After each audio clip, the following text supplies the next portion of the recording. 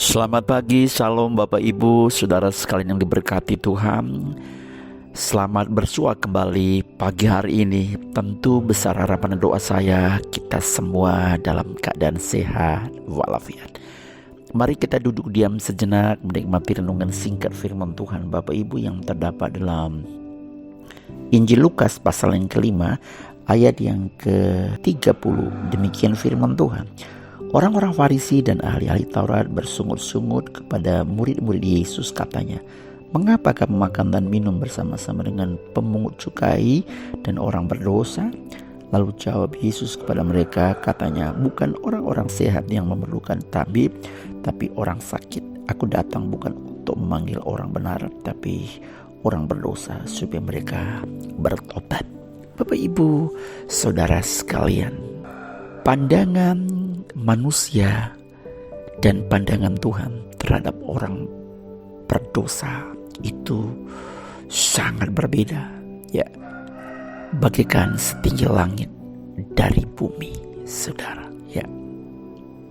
Orang Farisi dan orang Saduki, Bapak Ibu lihat di situ, kita baca di ayat ini, mereka itu benci kepada orang berdosa, mereka mencicik kepada orang berdosa. Bahkan di situ dikatakan mereka bersungut-sungut karena Yesus dan bersama murid-muridnya makan dengan pemungut cukai dan juga orang berdosa. Ya. Lalu mereka menghakimi, "Kenapa kamu mengklaim begitu? Kenapa kamu makan sama mereka orang berdosa? Itu tidak layak." Tapi Ibu, kita lihat ini ada pro kontra, ya. Tapi Yesus jawab, dikatakan, "Bukan orang sehat yang memerlukan tabib, tapi orang sakit." Di mata Yesus, Bapak Ibu saudara sekalian, orang berdosa itu adalah orang yang sakit. Itu perlu diobati, ya. Itu perlu juga orang yang berdosa itu keterbukaan, ya, kepada Yesus. Butuh kejujuran di situ. Mereka memahami mungkin secara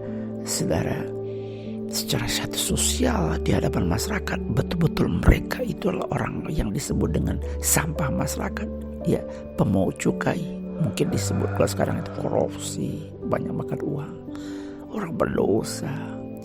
Tapi Bapak Ibu saudara sekalian, ketika seseorang itu jujur datang kepada Yesus sebagai pribadi yang mengampuni dosa, mereka merasakan mereka sedang disakit. Ada juga karena korupsi, bukan karena mereka tidak punya uang, tidak, tapi itu ada roh yang merusak suatu habit, pola hidup.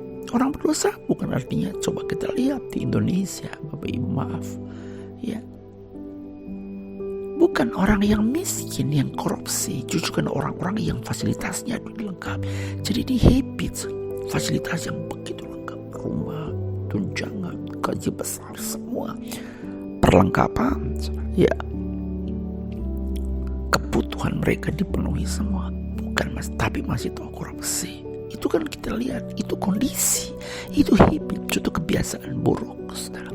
Jadi kebiasaan buruk seperti ini, habit seperti ini, gaya hidup seperti ini, ada rohnya, saudara. Itu perlu harus bertemu kepada Yesus supaya dia dicipta ulang, saudara. Lalu Tuhan Yesus katakan di sini, "Aku datang bukan untuk orang yang benar, tapi orang yang berdosa, karena mereka tidak mungkin bebas tanpa ada kuasa pengampunan di dalamnya." Itu luar biasa. Yesus yang kita sembah itu dasar, Bapak.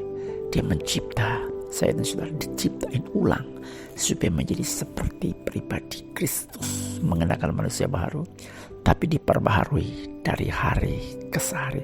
Itulah saya dan saudara sebagai orang berdosa. Tapi ketika kita bertemu dengan Yesus, hidup itu diubahkan, hidup itu, saudara, diperbaharui, hidup itu diciptaan ulang supaya kita menjadi manusia baru, manusia yang bebas, manusia yang sembuh dari kebiasaan buruk dan butuh dipulihkan.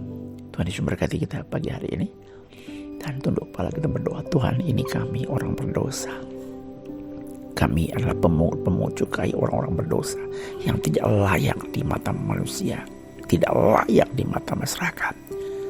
Tapi kami bangga memiliki Engkau. Engkau hadir ke dalam dunia ini bukan untuk orang benar Tuhan, tapi untuk kami orang berdosa ini Tuhan. Ini kami, biarlah kami dicipta ulang, tubuh, jiwa, dan roh kami dicipta Tuhan, supaya kami menjadi pribadi yang menghasilkan karakter Kristus, sehingga dimanapun kemanapun kami pergi, orang melihat Tuhan dalam hidup kami.